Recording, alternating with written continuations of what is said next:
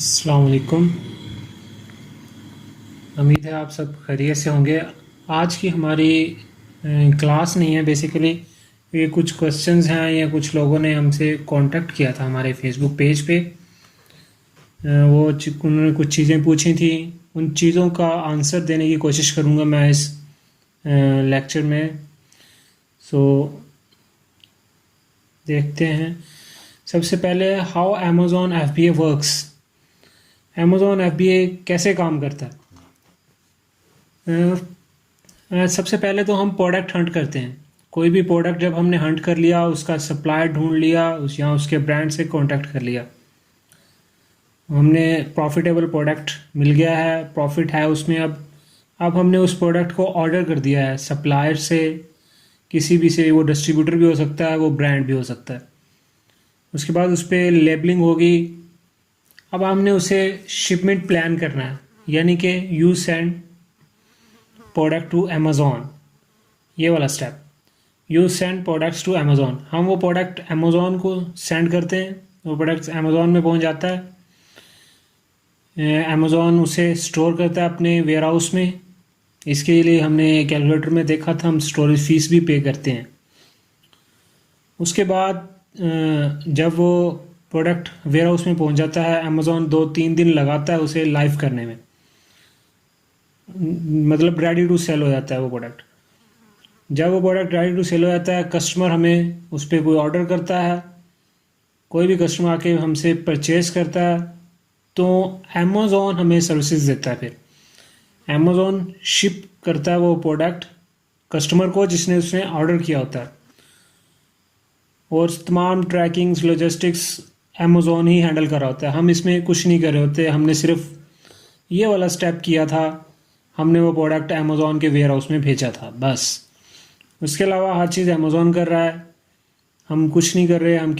हमें इवन देखते भी नहीं है कि किसका ऑर्डर आया है, किसकी तरफ से ऑर्डर आया है, कहाँ से ऑर्डर आया है, हम कुछ नहीं देखते। बस हमारे पास ऑर्डर शो हो रहा था कि ऑर्डर आ गया है, अमेज़ॉन खुद ही वो ऑर्डर भेज देता है, और हम बस इन्वेंट्री देखते रहते हैं कि कितनी इन्वेंट्री रह गई है। जो हमने भेजी थी, हमने 50 यूनिट भेजे थे, हमने 100 यूनिट भेजे थे, हम उन्हें मॉनिटर करते हैं कि कितने यूनिट बाकी रह गए हैं। FBA में यही होता है, अमेज़ॉन FBA में। उसके बाद कुछ लोगों को कैलकुलेटर में कन्फ्यूजन थी। अब कैलकुलेटर में मैंने आपको बताया था कि जब हम FBA कर रहे हैं तो हमने ये वाली रो देखनी है, राइट साइड वाली, ऐसे। यहाँ पे मेरा कर्सर इस वक्त मूव कर रहा है।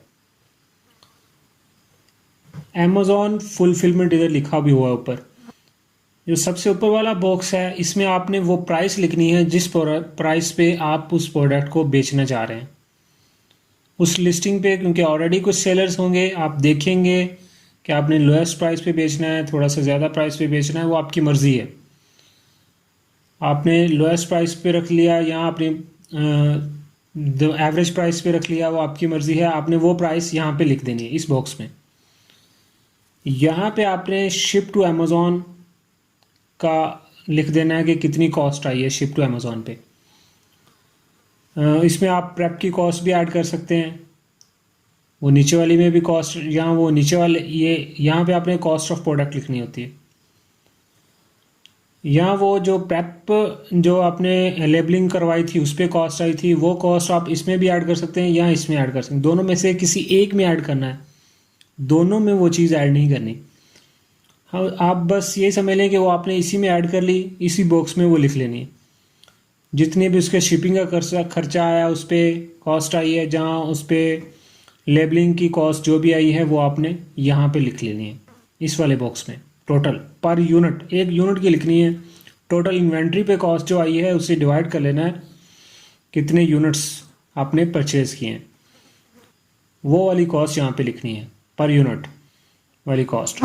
और पर यूनिट वाला ही कॉस्ट ऑफ प्रोडक्ट आपने यहाँ पे लिखना है। अगर आपका प्रोडक्ट 100 यूनिट थे और वो 100 यूनिट आपने $1000 के बाय किए थे, इसका मतलब है आपको पर यूनिट $10 पड़े, तो आप यहाँ पे 10 लिखेंगे, यहाँ पे 1000 नहीं लिखेंगे। पर यूनिट की कॉस्ट यहाँ पे लिखनी है। उसके बाद आपने कैलकुलेट पे क्लिक करना है। हम ये चीज़ अब गूगल पे जाके दोबारा चेक करते हैं कि कैलकुलेटर निकालते कैसे हैं। इन लोगों का, कुछ लोगों का ये भी क्वेश्चन था। ये गूगल पे हम आ गए, यहाँ पे हमने लिखना है FBA रेवेन्यू कैलकुलेटर। ये नीचे आ भी गया है, आ जाता है, ये आपने बस ऐसे लिखना है FBA रेवेन्यू कैलकुलेटर। आपने इस पर सर्च करना है। ये सबसे ऊपर ऊपर वाला जो आएगा ना, यहाँ पे ऊपर लिखा हुआ है sellercentral.amazon.com FBA revenue calculator Amazon seller central. इस पर आपने क्लिक करना है। यहाँ पे आ गया आप। अगर आपके पास सेलर सेंट्रल है तो आप उसके साथ साइन इन कर सकते हैं, अदरवाइज कोई ज़रूरत नहीं है सेलर सेंट्रल तो भी, नहीं है तो भी कोई मसला नहीं है, आपने कंटिन्यू एज अ गेस्ट ही कर दें। यहाँ पे आपने कोई भी आइसन पुट कर देना है। चलो यहीं से ये प्रोडक्ट एक ओपन हुआ है, इसी का आइसन कॉपी कर लेते हैं।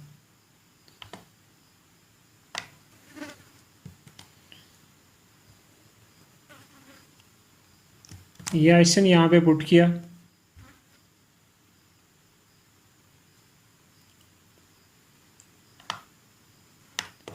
यहाँ पे आपने वो प्राइस लिखनी है जिस प्राइस पे आप इस प्रोडक्ट को बेचना चाह रहे हैं। आपने देखना है कि जो ऑलरेडी उस पर सेलर्स बैठे हैं वो कितने का बेच रहे हैं, उस हिसाब से आपने बेचना है। ऐसा नहीं है कि आप अगर वो ये प्रोडक्ट 33 का बिक रहा है, आप आके 35 का तो तक तो बेच सकते हैं, लेकिन आप ऐसा ना हो ना कि 53 का बेचना शुरू कर दें, 50 का बेचना शुरू कर दें। इतना फ़र्क नहीं रखना आपने, थोड़ा बहुत ऊपर नीचे कर सकते हैं। वैसे ये प्रोडक्ट PL का है, इसको आप नहीं बेच सकते क्योंकि एक ही सेलर इस पर बैठा हुआ है। हम वैसे ये एग्जाम्पल के तौर पर यूज़ कर रहे हैं। समझ लें ये 33.99 का है, हम इस प्रोडक्ट को 33.9 का बेचेंगे। अब हम जो हमारे पास शुरू में हमें ये नहीं पता होता कि हम पे शिप टू अमेज़ॉन पे कितनी कॉस्ट आएगी, लेकिन आप यहाँ पे 0.5% लिख सकते हैं। 0.5 सॉरी परसेंट नहीं, 0.5 लिख सकते हैं शिप टू अमेज़ॉन पर यूनिट की कॉस्ट। अब कॉस्ट ऑफ प्रोडक्ट लिखनी है। अब ये आपको प्रोडक्ट कितने का मिला है यहाँ पे वो लिखना है। फर्ज करें आपको ये प्रोडक्ट मिल गया है $20 का, ठीक है, पर यूनिट, और पर यूनिट पे आपका प्रेप की कॉस्ट आ गई है $1/2। अब ये आपको यूनिट पड़ गया है 20.5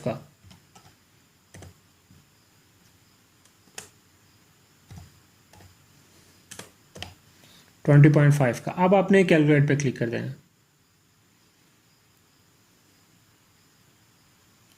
यहाँ पे इसका प्रॉफिट आ गया और ये आपकी प्रॉफिट मार्जिन परसेंटेज में आ गया। ये परसेंटेज हम होलसेल में कंसीडर करते हैं कि एटलीस्ट 10% से ऊपर हो। मोस्टली जो प्रोडक्ट्स होते हैं होलसेल में वो 15 से 20%, 10 से 20%, ऐसा ही हम क्लाइंट्स को भी बताते हैं, अपने माइंड में भी ऐसा ही रखते हैं, कुछ ऐसा ही होगा। तो 10% से एटलीस्ट ऊपर होना चाहिए आप जो भी प्रोडक्ट बेच रहे हैं। अब ये कैलकुलेटर हमें ये बता रहा है इसने कि हम प्रोडक्ट बेचेंगे 33.9 की। उसके बाद जो अमेज़ॉन हमसे सेलिंग फ़ी चार्ज कर रहा है वो है 5.09 इस प्रोडक्ट की सेलिंग फ़ी। ये हर प्रोडक्ट में कैटेगरी के कुछ परसेंटेज होती है, अमेज़ॉन लेता है सेलिंग फ़ी। ये जो होते हैं ड्रॉप शिपर्स वो भी पे करते हैं, FBA वाले भी पे करते हैं, FBM और FBA दोनों ये वाली फ़ी पे करते हैं। उसके बाद ये जो हमने पेस्ट की थी शिप टू अमेज़ॉन, ये 6.08 ये अमेज़ॉन ले रहा है फुलफिलमेंट के। मतलब जब आप हमारे पास कोई ऑर्डर आएगा, अमेज़ॉन उसे अपने वेयर हाउस से उठाएगा, उससे पैक करेगा और कस्टमर तक भेजेगा, उसे कहते हैं फुलफिलमेंट। उसकी कॉस्ट चार्ज कर रहा है 6.08। अब यहाँ पे वो स्टोरेज फीस बता रहा है कि इस प्रोडक्ट की जो पर यूनिट कॉस्ट है 0.16, एक यूनिट की, यहाँ पे लिखा हुआ ना एक की, 0.16 पर मंथ चार्ज करेगा, पर मंथ चार्ज करेगा एक प्रोडक्ट की 0.16। कितने यूनिट होंगे वो, अगर वो 100 यूनिट हैं तो उसी हिसाब से वो कॉस्ट आपको पड़ेगी। हम जो शुरू में कैलकुलेट करते हैं, हम यही कोशिश करते हैं होलसेल में कि हम जो इन्वेंट्री भेजें वो 1 महीने के अंदर अंदर ख़त्म हो जाए। अगर 1 महीने के अंदर वो ख़त्म नहीं भी होती तो ये कोई बहुत ज़्यादा स्टोरेज कॉस्ट नहीं है, प्रॉफिट थोड़ा सा कम हो जाता है, लेकिन कोई बहुत ज़्यादा नुकसान नहीं होता इससे। उसके बाद ये टोटल कॉस्ट आ गई। उसके बाद ये आ गया नीचे कॉस्ट ऑफ प्रोडक्ट जो हमने ऐड की थी। अब ये उसने प्रॉफिट निकाल दिया और ये प्रॉफिट परसेंटेज में आ गया। उम्मीद है अब आपको ये कैलकुलेटर अच्छी तरह से समझ आ गया होगा। इसी तरह आप सारे प्रोडक्ट्स की चेक कर सकते हैं। किसी और प्रोडक्ट की चेक करना चाह रहे हैं तो यहाँ पे क्लिक करेंगे ट्राई अनदर प्रोडक्ट, तो आपके सामने यहाँ पे फिर से ये बॉक्स आ जाएगा। यहाँ पे आप फिर से यहाँ पे आइसन पेस्ट कर सकते हैं।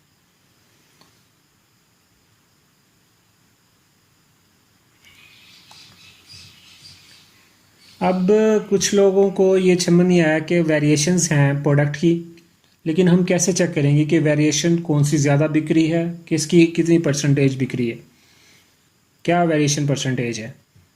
कीपा के ज़रिए हम चेक करते हैं। ये एक प्रोडक्ट हमारे पास खुला हुआ है रैंडमली। ये प्रोडक्ट होलसेल का नहीं है, लेकिन हम सिर्फ एक एग्जांपल के तौर पे इसे यूज़ कर रहे हैं। जो भी प्रोडक्ट पहले मेरे पास आ गया बस मैंने वही खोल लिया। आप इस प्रोडक्ट पे आ गए, नीचे आपका यहाँ पे कीपा लगा होगा, ठीक है। तो यहाँ पे आप देखें इसकी अच्छी खासी वेरिएशंस हैं, साइज़ में भी वेरिएशन है, उसके बाद कलर्स में भी वेरिएशन है। आप जिस पे क्लिक करेंगे यहाँ पे ये देखें ये वाले बिक्री है 33.9 की। आपने इस पे क्लिक किया तो ये भी 33.99 की बिक्री है। इस पे क्लिक किया ये भी 33.99 की ही बिक्री है। कुछ वेरिएशंस का रेट कम होता है, कुछ का ज़्यादा होता है, आपको ऐसा मिलेगा। आपने जिस वेरिएशन पर क्लिक करेंगे उसी वेरिएशन का रेट यहाँ पे आएगा, उसी वेरिएशन को जो जो सेलर बेच रहे होंगे वो यहाँ पे आ जाएंगे। अब हमने परसेंटेज देखनी है कि अब इतनी सारी ये वेरिएशंस बिक रही हैं। कलर्स में 7 तरह के कलर हैं, 7 कलर्स हैं। उसके अलावा साइज़ में भी हैं कुछ वेरिएशंस, इतनी सारी साइज़ में भी वेरिएशन है। अब हम चेक करेंगे कि इनमें से कौन सी वेरिएशन कितने परसेंट बिक रही है, किस पे ज़्यादा सेल आ रही है, किस पे कम सेल आ रही है। यहाँ पे कीपा हमारे पास शो हो रहा है, कीपा की एक्सटेंशंस। यहाँ पे एक लफ्ज़ लिखा हुआ है यहाँ पे वेरिएशंस। आप वेरिएशंस पे क्लिक करेंगे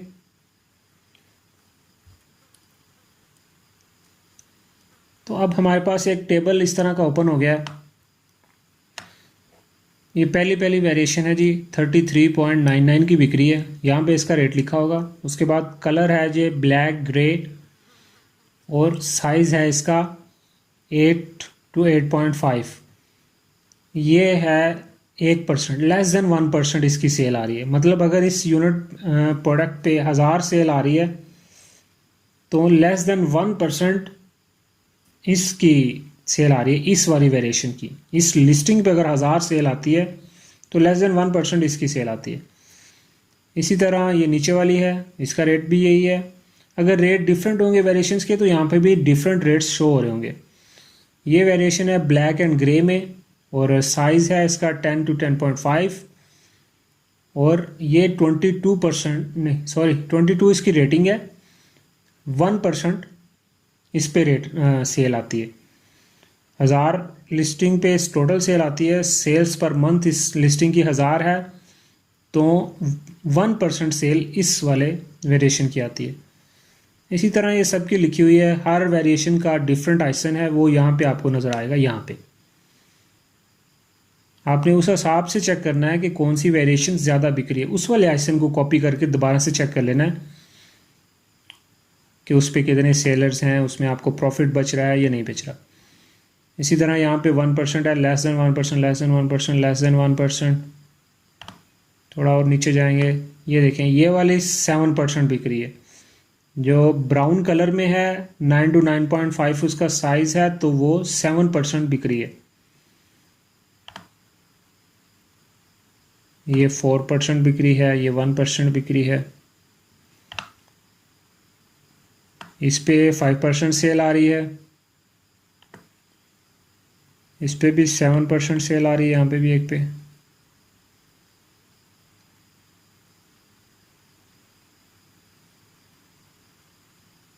इस पे 9% सेल आ रही है, मतलब इसकी सेल सबसे ज़्यादा है इस वाले यूनिट की। ब्राउन कलर है और 11 to 11.5 साइज़ की जो शूज़ है वो उस पर 9% सेल आ रही है।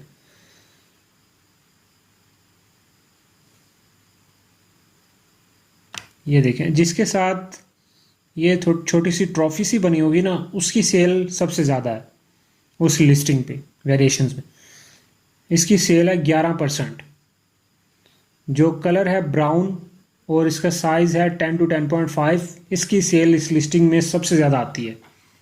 वो जो सबसे ज़्यादा भी आती है वो है 11%। 11% सेल इसकी आती है। अगर 100 सेल आती है इसकी, 100 में से 11 यही यूनिट सेल होते हैं, ये वाली वेरिएशन पे ऑर्डर आता है। इस तरह आप सारी वेरिएशंस को चेक कर सकते हैं। यहाँ पे हर वेरिएशन का आइसन नंबर डिफरेंट होता है, इसलिए आपने यहाँ से वो आइसन नंबर देखना है। फिर उस आइसन नंबर से आपने दोबारा से उसको सर्च करके दोबारा से उसके सेलर्स देखने हैं, बाकी क्राइटेरिया चेक करना है कि उस पर है आपको प्रॉफिट बचता है या नहीं बचता है, कंपटीशन कैसा है। वो सारी चीज़ें आपने दोबारा से वही क्राइटेरिया चेक करना है जो हमारा अभी होलसेल का क्राइटेरिया है। बस यही आज की क्लास में कुछ बताना था। उम्मीद है आपको समझ आया होगा। अगर किसी का कोई क्वेश्चन हो तो हमारे डिस्क्रिप्शन में हमारे फेसबुक पेज का लिंक है, आप फेसबुक पेज पे जाके पूछ सकते हैं। हमारी टीम वहाँ पे रिस्पांस करेगी। वहाँ पे हमारा ईमेल एड्रेस है, आप ईमेल हमें कर सकते हैं। हम कोशिश करेंगे कि जल्द से जल्द आपको रिस्पांस करें। ईमेल पे रिस्पांस जल्दी आएगा, बल्कि आप अगर नंबर पे कांटेक्ट करेंगे तो शायद रिस्पांस ना आए, लेकिन ईमेल पे जल्दी रिस्पांस आएगा। आप ईमेल कर सकते हैं या आप फेसबुक पेज में वैसे ही मैसेज कर सकते हैं, या किसी भी पोस्ट पे कमेंट्स करेंगे तो आपको रिस्पांस मिल जाएगा। ओके, अल्लाह हाफिज़।